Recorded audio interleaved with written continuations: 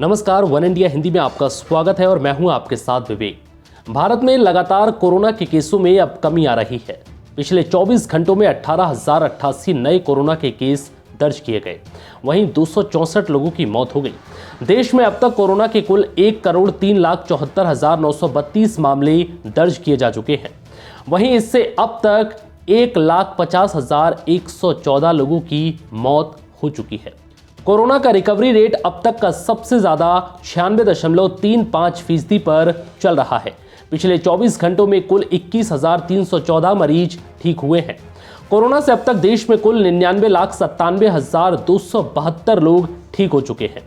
देश में कोरोना के कुल एक्टिव मरीजों की संख्या 2,27,546 है, यानी कि 2.19%।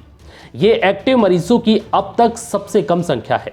कोरोना का डेथ रेट 1.44% पर चल रहा है और पॉजिटिविटी रेट 1.94% है।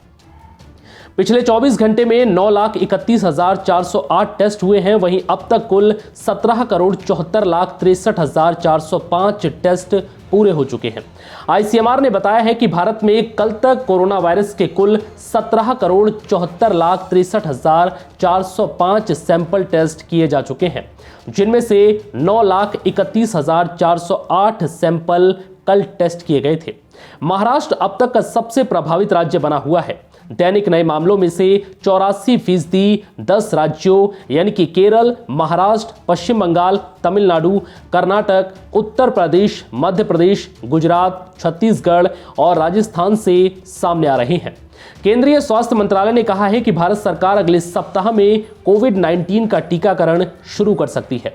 भारत सरकार का लक्ष्य जुलाई 2021 तक 30 करोड़ लोगों को कोविड-19 वैक्सीन देने का है।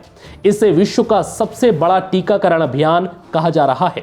भारत सरकार के स्वास्थ्य सचिव राजेश भूषण ने कहा है कि दवा नियामक से आपातकालीन इस्तेमाल की मंजूरी मिलने के 10 दिन के भीतर ही सरकार टीकाकरण शुरू करना चाहती है। भारतीय दवा नियामक ने 3 जनवरी को कोविड-19 वैक्सीन के आपातकालीन इस्तेमाल की मंजूरी दी थी। समाचार एजेंसी रॉयटर्स की रिपोर्ट के अनुसार इस टीकाकरण अभियान के लिए सरकार ने देश भर में करीब 29,000 कोल्ड स्टोर तैयार किए हैं। राजेश भूषण के मुताबिक देश के 125 जिलों में टीकाकरण का पूर्वाभ्यास भी किया गया। हालांकि उन्होंने ये भी कहा कि इस पर भारत सरकार का अंतिम निर्णय आना अभी बाकी है। यह पहली बार है जब भारत सरकार ने टीकाकरण शुरू करने के समय को लेकर आधिकारिक रूप से बात की है।